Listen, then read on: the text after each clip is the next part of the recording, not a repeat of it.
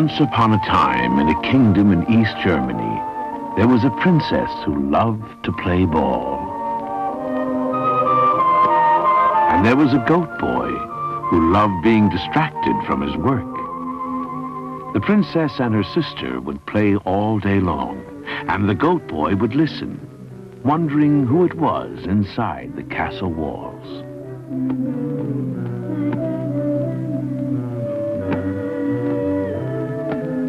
One day he had a chance to find out. He retrieved the ball and then was struck dumb by the beauty of the princess looking down at him from the castle battlements.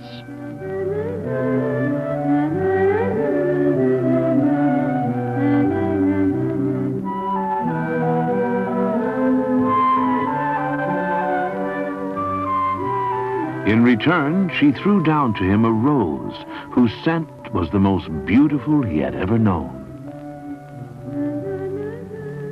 Unfortunately, the king did not approve at all of his daughter having anything to do with such a lowly person as a goat boy. He took his daughter away and locked her up in her bedchamber. She pleaded with him, but to no avail. When alone, she made a drawing of the goat boy, for she had fallen in love. And as this is a fairy story, the drawing and all the characters in this story are only shadows.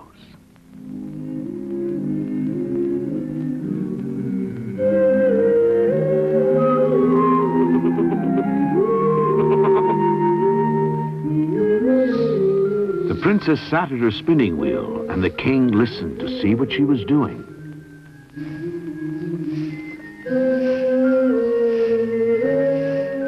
When the spinning stopped, he was suspicious and burst in on her.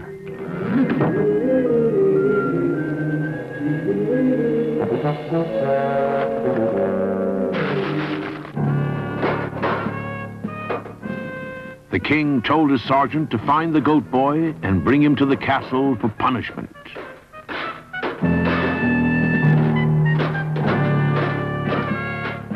The princess's sister rushed to tell her the news.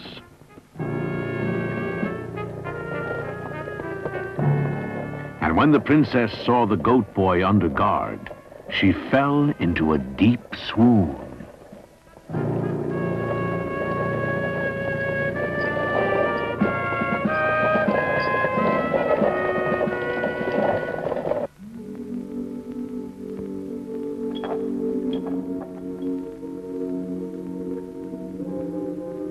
The best doctors in the land could not find a remedy for the sickness, and the king anxiously paced up and down outside the bedchamber, ready to give anything for a cure for his daughter. She did not awake.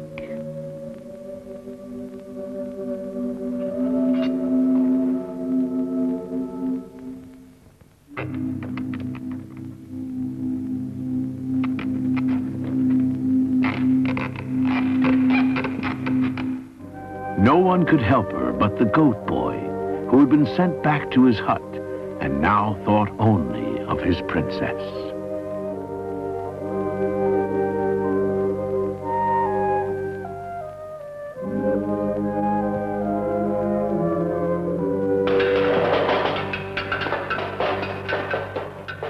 Convinced that she was possessed by a demon, the doctors tried to frighten it out.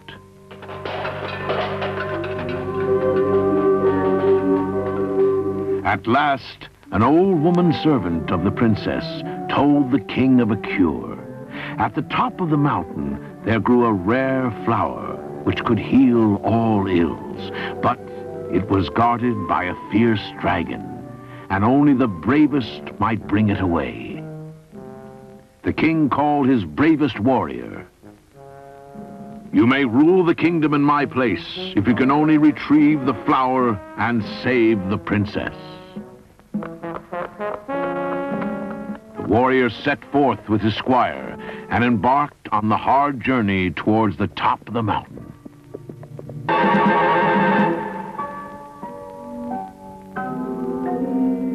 And so he was transformed into a lump of rock. The squire sadly returned to the castle with the message that his master had failed in his quest. A second warrior went out. The dragon retreated back from the horde, and this warrior too was overwhelmed by the riches.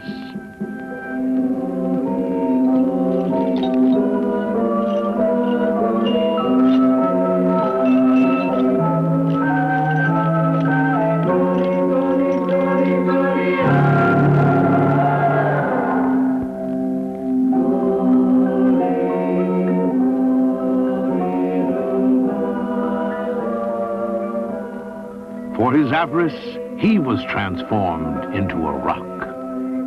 A third night, and a fourth, and a fifth, all met the same fate by their greed. And now nobody in the land wanted to try the dragon. If the best warriors could not succeed, neither could they, even if it meant they could rule the kingdom.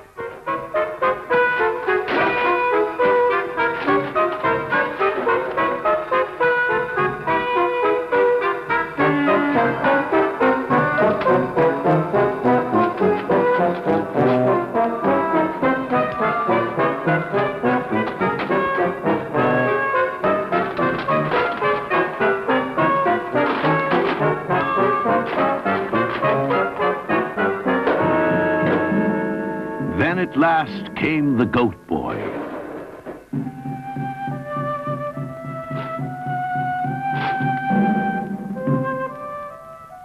The warriors laughed at him, but the king was desperate and gladly accepted his offer.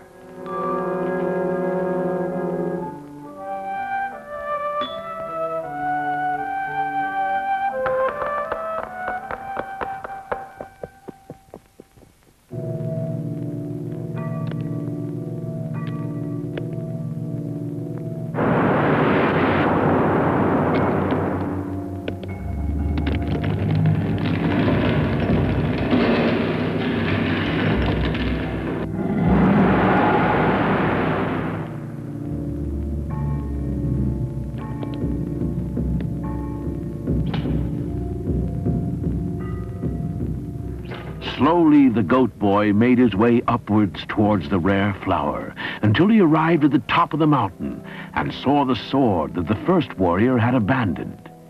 He also saw the dragon's hoard, but though there were enormous jewels, they meant nothing to him compared with the princess's rose.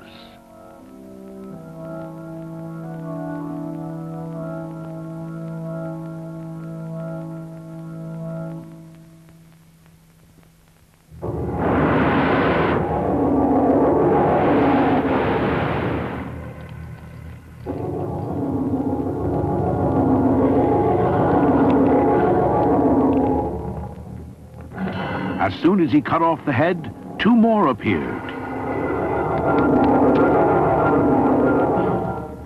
And then two more. However many heads he severed, more grew in their place.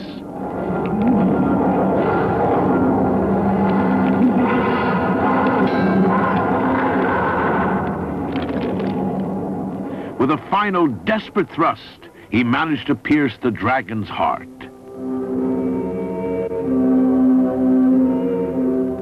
The black rocks became men once more, but it was the goat boy who retrieved the flower.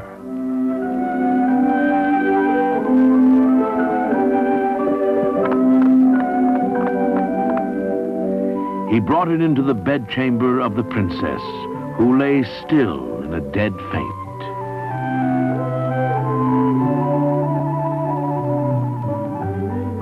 The king found the princess and the goat boy embracing like long-lost lovers, which indeed they were. He doubtfully gave his consent to their marriage, and so the princess and the goat boy lived happily ever after.